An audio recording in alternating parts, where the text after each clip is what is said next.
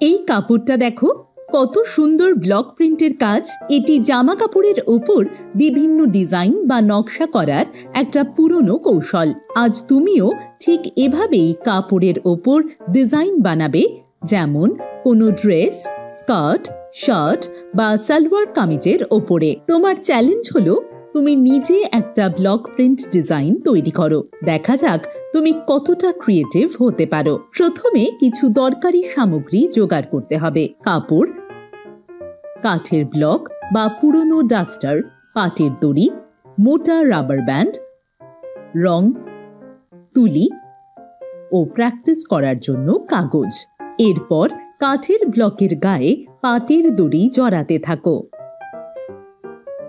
যদি তোমার কাছে কাঠের ব্লক না থাকে তাহলে পেন্সিল বক্স, ডাস্টার, পুরনো চার্জার বা মসৃণ পাথরও ব্যবহার করতে পারো।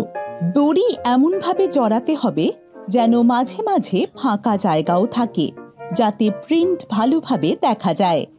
শেষে ভালোভাবে বেঁধে দিতে হবে। তুমি মোটা রাবার ব্যান্ডও ব্যবহার করতে পারো। ব্যান্ডকে টেনে ব্লকের সঙ্গে জড়াও, যাতে একটা ছাঁচ তৈরি হয়। এবার তুলিতে রং নিয়ে দড়ি বা রাবার ব্যান্ডে সমানভাবে লাগিয়ে নাও।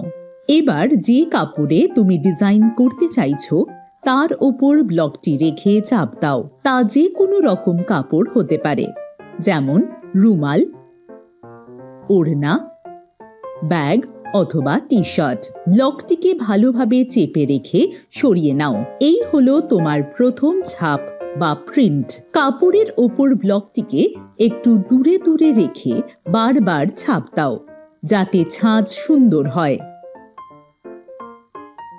তুমি হার্ট, সার্কেল বা স্পাইরালের মতো নানা আকৃতির দড়ি বা সুতো দিয়ে নতুন নতুন ডিজাইন করতে পারো। এটা তোমার ফাইনাল ডিজাইন। কাপড়ে ছাপ দেওয়ার আগে তুমি কাগজের ওপরেও প্র্যাকটিস করতে পারো। একটা ভিডিও রেকর্ড করো, তাতে তোমার ব্লক ডিজাইন আমাদের দেখাও এবং বলো কিভাবে তুমি টি শার্ট, রুমাল, ওড়না বা অন্য কোনো কাপড়ে ব্লক ডিজাইন করলে। আমরা অপেক্ষা করছি তোমার সুন্দর ডিজাইন দেখার জন্য। All the best.